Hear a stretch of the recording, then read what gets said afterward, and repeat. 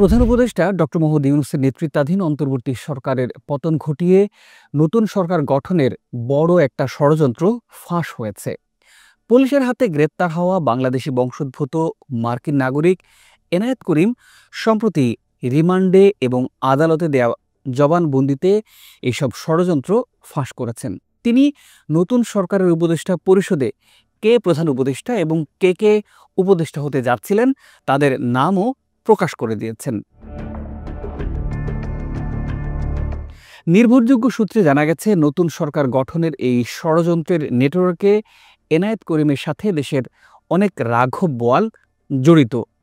এই ষড়যন্ত্র বাস্তবায়নের জন্য দেশ বিদেশে এনায়েত করিম এবং সংশ্লিষ্টদের উপস্থিতিতে বেশ কয়েকটি বৈঠকও অনুষ্ঠিত হয়েছে।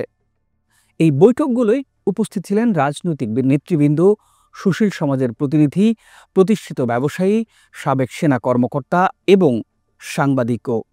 ষড়যন্ত্রে সরকারের প্রধান উপদেষ্টা হিসেবে যার নাম ঠিক করা হয়েছিল তিনি একজন অর্থনীতিবিদ। সূত্র আরও জানিয়েছে, এনায়েত করিম জবানবন্দিতে তার সাম্প্রতিক বিভিন্ন গুরুত্বপূর্ণ বৈঠকের কথাও উল্লেখ করেছেন। তিনি বঙ্গভবনের রাষ্ট্রপতি শাহাবুদ্দিন চুপ্পুর সাথে সাক্ষাৎ করেছিলেন বলেও জানা গেছে। এছাড়া অন্য একটি সূত্রে জানা গেছে, শেখ হাসিনার ঘনিষ্ঠ আওয়ামী একটি ব্যবসায়ী গ্রুপের ষড়যন্ত্র বাস্তবায়নে এনায়েত করিমকে ৬ কোটি টাকা দিয়েছে। রিমান্ডে ও আদালতে দেয়া জবানবন্দিতে এনায়েত করিম নতুন সরকারের উপদেষ্টা পরিষদের যেসব সদস্যের নাম প্রকাশ করেছেন, এরই মধ্যে তাদের বিদেশ যাত্রায় নিষেধাজ্ঞা জারি করা হয়েছে। সন্দেহ করা হচ্ছে, গেল বৃহস্পতিবার সাবেক বিএনপি সরকারের প্রতিমন্ত্রী এহসানুল হক মিলনকে বিদেশ যাত্রায় অনুমতি না দেওয়ার পেছনে এবং এর সংযোগ থাকতে পারে। মিলন গেল শুক্রবার সংবাদ সম্মেলন করে তাকে কেন বিদেশ যেতে দেয়া হয়নি সরকারের কাছে তিনি কারণ জানতে চেয়েছেন।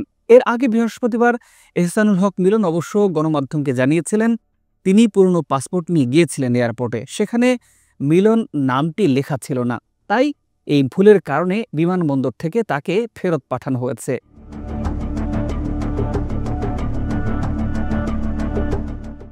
রিমান্ডের আদেশ শুনে কাঠগড়ায় ঢলে পড়েন এনায়েত করিম।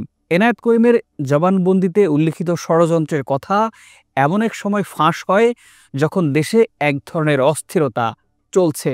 ঐক্যমত্য কমিশনের সুপারিশ বাস্তবায়ন নিয়ে সরকার ও রাজনৈতিক দলগুলোর মধ্যে বিরোধ লক্ষ্য করা যাচ্ছে। এখন একে অপরকে আক্রমণ করে বক্তব্য দিচ্ছেন। প্রধান উপদেষ্টা ডক্টর মোহাম্মদ ইউনূস আগামী জাতীয় সংসদ নির্বাচন বানচালের চেষ্টা হতে পারে আশঙ্কা ব্যক্ত করেছেন। তিনি নির্বাচন চ্যালেঞ্জিং হবে এবং হঠাৎ করে আক্রমণ চলে আসতে পারে বলেও আশঙ্কা প্রকাশ করেছেন। অর্থাৎ এনায়েত করিমের ঘটনার মতো নতুন করে আরও ষড়যন্ত্রের আশঙ্কাও রয়েছে।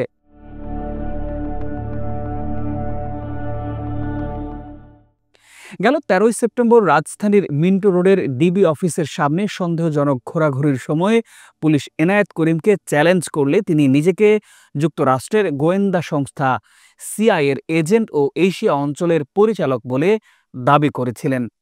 পুলিশ তাকে এবং পরে তার সহযোগী গোলাম মোস্তফাকে গ্রেপ্তার করে ৫৪ ধারায় আদালতে পাঠিয়ে ৭ দিনের রিমান্ডে নেয়। রিমান্ডে পুলিশের জিজ্ঞাসাবাদে এনায়েত করিম স্বীকার করেন তার সিআইএ এর এজেন্ট ও এশিয়া অঞ্চলের পরিচালকের পরিচয়টি ভুয়া। জিজ্ঞাসাবাদে তিনি আরও জানিয়েছেন ২০১৪ সালে বিএনপি ভাঙার অ্যাসাইনমেন্টেও তিনি জড়িত ছিলেন। ডিজিএফআই এর তৎকালীন কর্মকর্তা ও ভারতীয় গোয়েন্দা সংস্থা রয়ের যোগসাজশে তিনি ওই কাজ করেছিলেন। তিনি আরও স্বীকার করেছেন, দেশে যখনই কোনো রাজনৈতিক অস্থিরতার অবস্থা সৃষ্টি হয় তখনই তিনি বাংলাদেশে আসেন এবং কিছু অর্থের বিনিময়ে মোটা অঙ্কের টাকা হাতিয়ে নেন।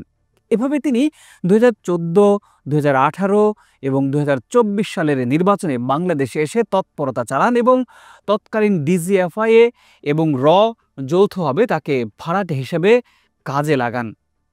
প্রিয় দর্শক, প্রতিদিনের গুরুত্বপূর্ণ ঘটনার আপডেট জানাবো দেশ সমাচার ডিজিটালে। নিশ্চয়ই আমাদের সাথে আপনারা থাকবেন। ভালো থাকুন, সুস্থ থাকুন। আজ এ পর্যন্তই।